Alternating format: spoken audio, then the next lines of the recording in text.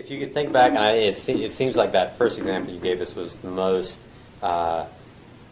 emotional of the examples, right. But try to think back, like when that at the moment of impact of you're like, okay, you called the client up or whatever, or that the point where you realize that I'm not actually going to be able to deliver this and I've failed. Right. And in the same situation of the other ones of like any point of mistake or failure, think about on the emotional side, what did that make you feel like, and then how did you get past that? What kind of tools do you give for yourself to be able to get back on the horse? Yeah, so I think it's pretty important to to basically, like, when that happened, I was upset, and I felt there was stress around, like, not achieving what you wanted to for a client. Yeah. And so, but generally, I think the way I've kind of always handled it is in some degrees acceptance. Like I said, just accepting that this can happen, and then at another level, I've tried to be put things in perspective, just even outside of business, like life in general, which is kind of a cliche. But there's definitely much worse things that can happen to a person, or Yeah. I mean, there's much less luck you can have and bad fortune, than failing at a project. I mean, life will go on. You guys, at least you have a chance to do keep on rolling. So I'll kind of try to put things in perspective like that. It did bother me, like that example, or any of these, even the bumps and bruises from the day to day. Yeah. It'll bother me, but I basically try to be a little bit like Teflon. Yeah. Where it kind of bounces off you and you keep on going. And it's like interesting, like if you like you wonder, like a politician, like a national politician, like a senator or president. I mean, they're getting basically where like generally like half the people like them, half the people hate them, and they're depending on the day and who you're talking to, they're failing back and forth multiple times.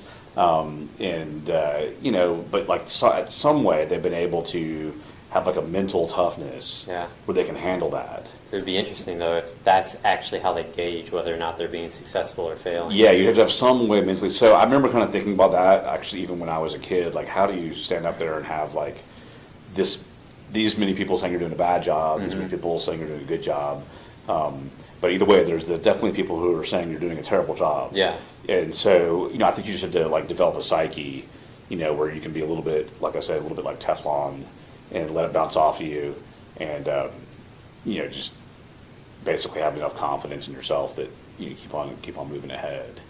So, cool. So yeah, it's definitely not fun for me to fail at things, but I don't get emotional to the point where I'm just so stressed out that I'm going into a depression and think there's no hope. So as you move forward, not thinking about past failures, but thinking about the potential for future failures. Yeah. And as an entrepreneur, we have a lot of, and this is more so on the startup side, people trying to get into entrepreneurship or early on when the risk of failure is much more present than maybe someone that's established. But how do you, do you still experience kind of that moving forward of, fear kind of association with it, and then how do you deal with that?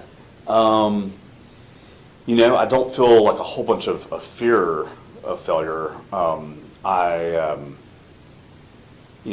basically, the way moving forward and what after you kind of get a little bit seasoned with with all this is now that risk mitigation I mentioned is actually more proactive. Yeah. So we'll literally kind of sit down like our little crew and think, okay, what areas can we improve on, and more importantly, I guess what could go wrong. Yeah. Like in this next day, this next year, what could go wrong? And so I kind of feel like once you've done like that risk management approach, that that you've generally given yourself as best chance as you can to do well. Yeah.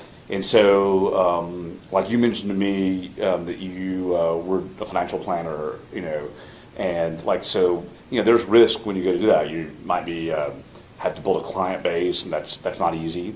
There's risk that you could possibly tell someone to invest here in this stock and it goes down. Yeah. And so, in that conversation, at least for me, I'd be like thinking, okay, like, all right, one thing that could go wrong is I could give someone bad advice, so, I could mitigate that by these steps, and I'm going to make sure these steps are done.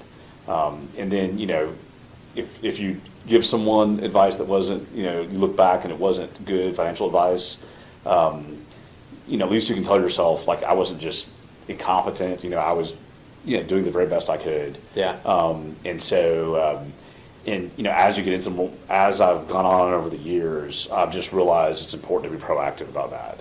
So do that ahead of time instead of, Yeah, that's cool. Like afterwards. actually sitting down and kind of doing a risk assessment of where can things actually go wrong, and then what can we do to the best of our knowledge. That's it. I think if you've done that, it's like the Michael Jordan example. Yeah. Like you set up a good play, had a good shooter take a shot. Yeah.